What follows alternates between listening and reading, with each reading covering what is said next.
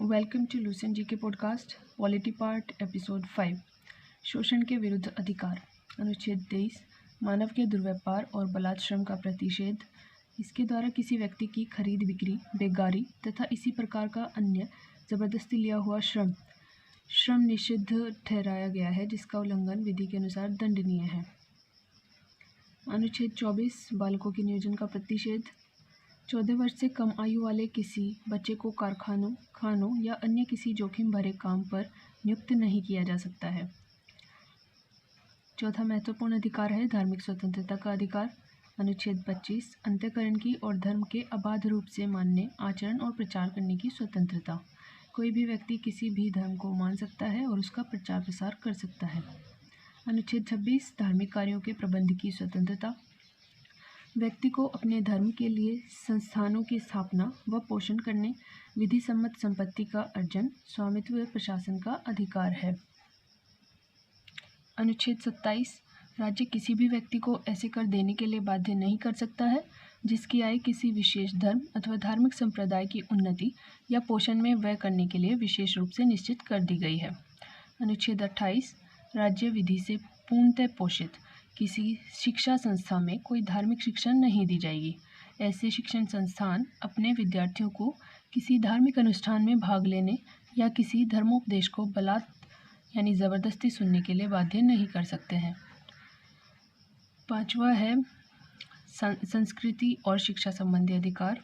अनुच्छेद 29 अल्पसंख्यक वर्गों के हितों का संरक्षण।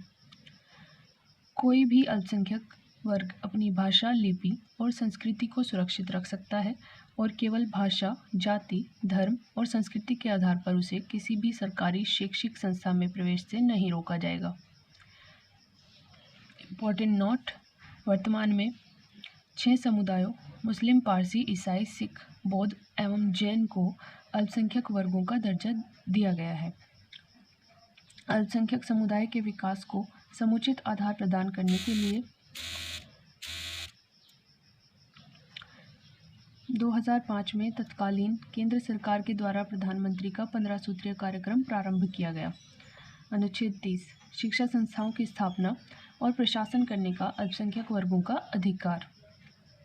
कोई भी अल्पसंख्यक वर्ग अपनी पसंद का शैक्षणिक संस्था चला सकता है और सरकार उसे अनुदान देने में किसी भी तरह के भेदभाव नहीं करेगी।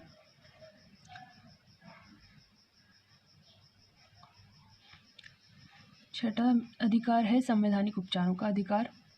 संवैधानिक उपचारों के अधिकार को डॉक्टर भीमराव अंबेडकर ने संविधान की आत्मा कहा है। अनुच्छेद 32 इसके अंतर्गत मौलिक अधिकारों को प्रवर्तित कराने के लिए समुचित कार्यवाहियों द्वारा उच्चतम न्यायालय में आवेदन करने का अधिकार प्रदान किया गया है। इस संदर्भ में सर्वोच्च न्यायालय को 5 तरह के समादेश निकालने यानी रिट्स निकालने की शक्ति प्रदान की गई है: बंदी प्रत्यक्षीकरण, परमादेश, प्रतिषेध, उत्प्रेक्षण और अधिकार पृच्छा, यानी हबियस कॉर्पस, मैंडमस, प्रोहिबिशन, सोशरेरी, क्वा वारंटो।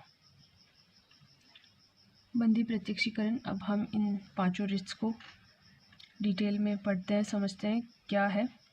बंदी प्रत्यक्षीकरण यह उस व्यक्ति की प्रार्थना पर जारी किया जाता है जो यह समझता है कि उसे अवैध रूप से बंदी बनाया गया है। इसके द्वारा न्यायालय बंदीकरण करने वाले अधिकारी को आदेश देता है कि वह बंदी बनाए गए व्यक्ति को निश्चित स्थान और समय के अंदर उपस्थित करे, यानी बंदी को उपस्थित करो, जिससे न्यायालय बंदी बनाए जाने के कारणों पर विचार कर सके। परमादेश। परमादेश का लेख उस समय जारी किया जाता है जब कोई पदाधिकारी अपने सार्वजनिक कर्तव्य का निर्वाह नहीं करता है।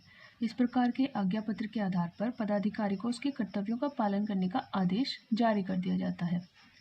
प्रतिषेध लेख।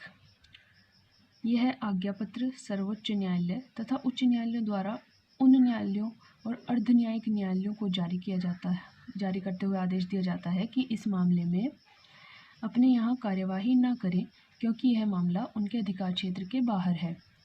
उत्प्रेक्षण। इसके द्वारा अधीनस्थ न्यायालयों को निर्देश दिया जाता है कि वे अपने पास लंबित मुकदमों के न्याय निर्णय के लिए उसे वरिष्ठ न्यायालय को भेजें, यानी कि निर्णय करने के लिए अपने से वरिष्ठ न्यायालय को भेज दें कुछ लंबित मुकदमों को। अधिकार परीक्षा, जब कोई व्यक्ति ऐसे पदाधिकारी के रूप में कार्य करने लगता है जिसके रूप में कार्य करने का उसे वैधानिक रूप से अधिकार नहीं है, तो न्यायालय अधिकार परीक्षा के आदेश के द्वारा उस व्यक्ति से पूछता है कि वह किस अधिकार से कार्य कर रहा है, और जब तक वह इस बात का संतोषजनक उत्तर नहीं देता, वह कार्य नहीं कर सकता है।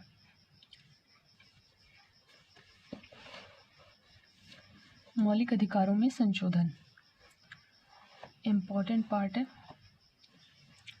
गोलकनाथ बनाम पंजाब राज्य के निर्णय से पूर्व दिए गए निर्णयों में यह निर्धारित किया गया था कि संविधान के किसी भी भाग में संशोधन किया जा सकता है, जिसमें अनुच्छेद 368 भी और मूल अधिकार को भी शामिल कर दिया गया था। सर्वोच्च न्यायालय ने गोलकनाथ बनाम पंजाब राज्य के बाद में निर्णय दिया कि अनुच्छेद 368 में निर्धारित प्रक्रिया के माध्यम से मूल अधिकारों पर में संशोधन पर रोक लगा दी। कौन से निर्णय में? गोलकनाथ के निर्णय में, अर्थात संसद मूल अधिकारों में संशोधन नहीं कर सकती है। 24वें संविधान संशोधन जो कि 1971 में हुआ था, उसके द्वारा अनुच्छेद 13 और अनुच्छेद 368 में संशोधन किया गया तथा यह निर्धारित किया गया कि अनुच्छेद 368 में दी गई प्रक्रिया द्वारा मूल अधिकारों में संशोधन किया जा सकता है। केशवानंद भारती बनाम केरल राज्य के बाद में इस निर्णय में इस प्रकार के संशोधन को विधि मान्यता प्रदान की गई, अर्थात गोलकनाथ बनाम पंजाब राज्य के बाद के निर्णय को निरस्त कर दिया गया। 42वें संविधान संशोधन 1976 द्वारा अनुच्छेद 368 में खंड 4 और खंड 5 जोड़े गए तथा यह व्यवस्था दी गई कि इस प्रकार किए गए संशोधन को किसी न्यायालय में प्रश्नगत नहीं किया जा सकता है। मिनर्वा मिल्स बनाम भारत संघ 1980 के बाद में यह निर्णित किया गया कि संविधान के आधारभूत लक्षणों की रक्षा करने पर किसी भी संशोधन का पुनरावलोकन कर सकता है कि संविधान के आधारभूत लक्षणों की रक्षा करने का अधिकार न्यायालय को है और न्यायालय इस आधार पर किसी भी संशोधन का पुनरावलोकन कर सकता है। इसके द्वारा 42वें संविधान संशोधन द्वारा की गई व्यवस्था को भी समाप्त कर दिया गया।